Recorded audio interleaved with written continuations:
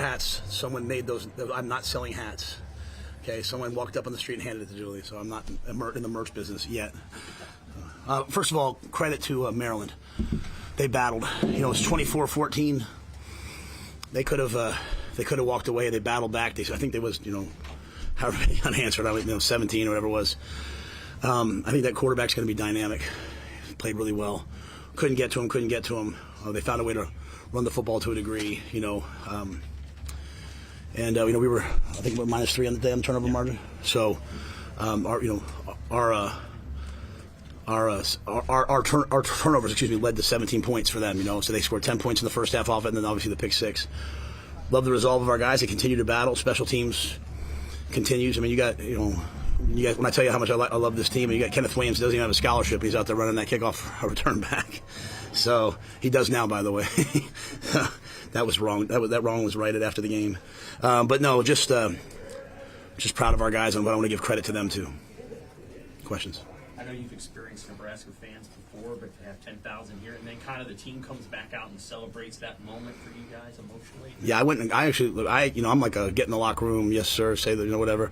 I went and got him, said go back out, that was palpable, the way it felt. I mean, you could feel it, and you get in those moments where it's like, oh no, you were down 7, in terms of you can sometimes feel it, and I thought our crowd just became electric, and even the run by Emmett, just like the feeling down there, just almost felt inevitable that we were going to score because of everything that was happening, and especially from the crowd. So I have to give a ton of credit to the fans and the crowd that was here. Have you ever sent a team out of the locker room after a game?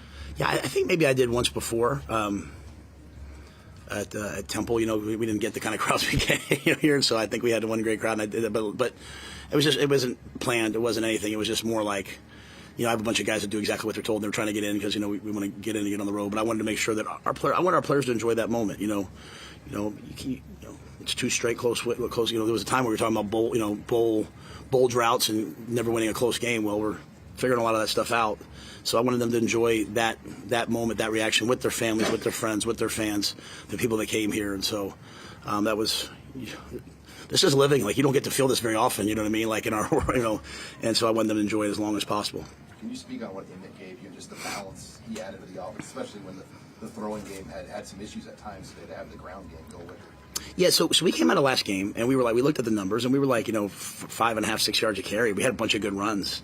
So we just said, hey, and we knew that they have these freshman edge rushers that are really, really dynamic in 29 and 9. So we were just like, hey, we're going to run the football, especially early. And, that first drive, it was clear, I think of our first 11 runs, I think 6 or 7 of them were 6+ yard runs. So we were feeling good. But Emmett was on fire. And, I think 2 plays that really stand out to me are the play where Dylan was getting hit in the backfield, spun out and hit Luke, and then Luke went down the sideline, and then obviously Emmett's long run. I mean, I was screaming at the officials, and then he kept still running because I didn't know, we're not screaming, just screaming to run, and I didn't realize he was even still running at some point. It was just such a great run. So I just think Emmett's the ultimate competitor, but you look at him, like I said, he's third in Big Ten in rushing, so Dana wanted to get him some more attempts, and they did a good job of controlling the clock for a team that's not really a running offense, a passing offense. They did have the ball quite a bit, and then our turnovers in the first half hurt us, so we didn't get a ton of rhythm. But we knew eventually we would we'd break through. In your words, what does it say about Dylan to come back and lead the team to that score after what had happened? Yeah, I mean, one of the moments of my coaching, coming up in coaching, I was a young assistant offensive line coach for the Giants, and in the first half, I don't know if it was 4 or 5 interceptions Eli Manning threw against Tampa Bay. And he came back and won the game, kind of a walk-off play like that. And I just remember being like those guys don't get to feel sorry for themselves. They don't, they just got to keep playing. And so, Dylan was banged up. He was, hit in the thigh in the first half. Obviously that one pick that, the kid hit him late. But he's just the ultimate competitor. It's why I get upset, sometimes when people, the national media, it's all the Mahomes compare. I'm like, this guy's a stone-cold fighting winner, and he wants to win so badly. Ja'Cory, you guys saw that punt return, that last punt return, he reverses field, gets laid out, and instead of running off the field, he just runs right back in the huddle. Man, how can you not be inspired by those guys? So, Dylan, he'll go back and look at the tape. You kind of live by the Sardavis where the touchdown he threw to Dane in the back of the end zone. I mean, that might have been, not a great decision, but he made it and he made the play. The last touchdown of the day in there, the one-handed catch, like that ball's at 6 inches less. It's picked off. It's the perfect throw, perfect catch. So, I'm proud of the kid. Was the second interception when he trying to throw that ball out of bounds? I don't know. I have to ask him. Yeah, just kind of like, Glenn does such a good job with those guys. And my thing was like, hey guys, if it's not there, let's just throw it away. Like we were in great rhythm, we were feeling good, and we decided to take a shot. Isaiah had run by them, earlier. We just felt like our long speed, we were going to be able to run by them, and low pressure, and we just let them throw that ball away and keep playing. So I'm not super sure. Matt, you've not had a game-winning drive on offense in your time here. What kind of confidence, what kind of momentum do you think that can build for you now? You're at the halfway point of the season going forward because of that? Yeah, I mean, it's the same thing always, right? Like, do we have to be in that situation? Like, did we have to have 3 interceptions? Did we didn't tackle very well tonight? Like, we were diving at the ground a lot. No, they also have there are elite skill players there, and so that's my biggest gripe right now with our conference. Like, that's a good football team, and I don't know if we push that enough. Like Maryland's, like they're talented as could be, and so they were hard to tackle. So I guess my point is like, did we have to be in that position? With that being said, we scored 10 points in the final 7-6 minutes, right? Like that's what winning teams do. And on defense, you got to put them away. And then, by the way, they still had, I would say, by the way, not to you, Mitch, I'm saying to our team, like I'm like to the team, like, hey, by the way, like they still had a chance to go down and win it at the end, and then they make the play on third and whatever, and you're like, but then we made the play on fourth. So. Yeah, I think in terms of momentum, I think it just continues to breed confidence.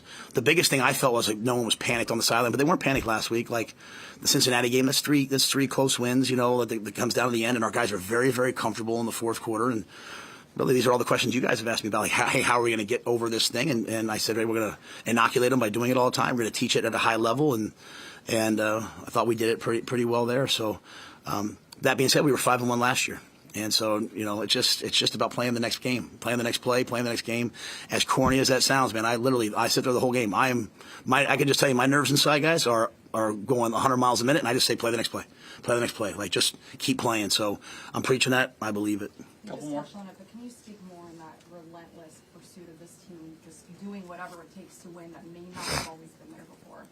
Well, I think, in fairness to our guys, I think we're just better. I mean, I think our guys battled, my first year. I love those guys. Whatever success we have here moving forward, I'll always look back to the Reimers and the Nick Henriches and all those guys. Like, those guys were absolute warriors. And so, I remember Ty Robinson saying to me one time, he said, Coach, the one thing about us Nebraskans, even though he's from Arizona, he comes from Nebraska blood, right?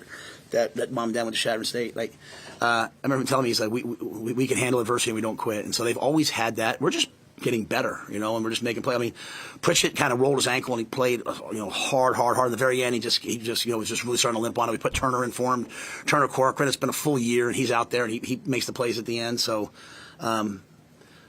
if I could say one last thing, I think, the offense and the defense, I think they support each other really well, and our special teams continue to come through. Even at the end of the half, it's sort of a shame we took that sack because we got the ball to the 50 at the half. We could have probably kicked a field goal. Back-to-back weeks on the road, short week next week. How do you kind of attack what's next? You don't have a lot of time to really think about this.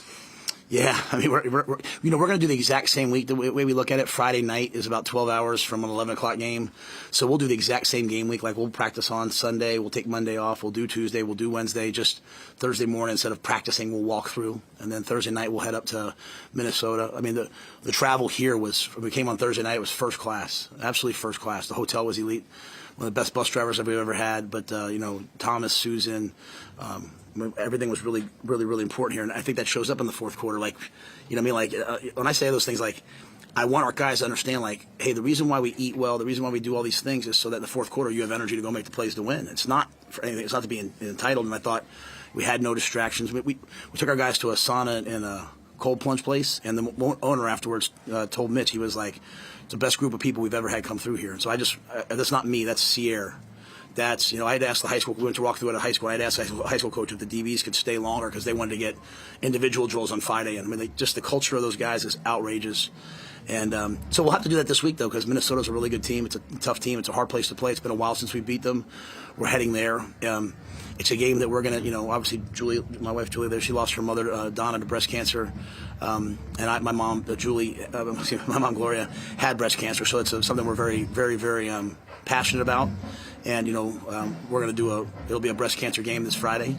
We partnered with Minnesota to do it. So, but we'll have to muster a lot of stuff, because this was obviously took a lot out of us.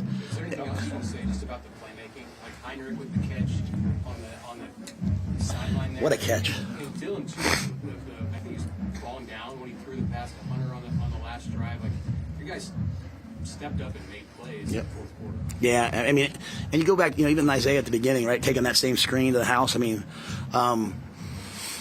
you just, you get rid of the 3 turnovers. But again, we're going to have, you want to make those kind of plays. Sometimes they're going to make plays too. The ball's going to get intercepted. But so good to see like Luke make the play that he made, Heinrich make that was an unbelievable catch by Heinrich, unbelievable catch by Dane Key. And so, you watch us play, like DeKeel's rotating in, Keelan Smith's out there, he's rotating in, Cortez Mills out there, Quinn Clark. We trust them all, and they all got to go play. And so, like I said, Kenneth Williams with the big kickoff return. Isaiah Mosey, they had him a 2nd and 20. He makes a great run to get us, in decent position. So it's just kind of the mindset of Dana, like, hey, just we're going to put the ball out there, and guys have to go make plays.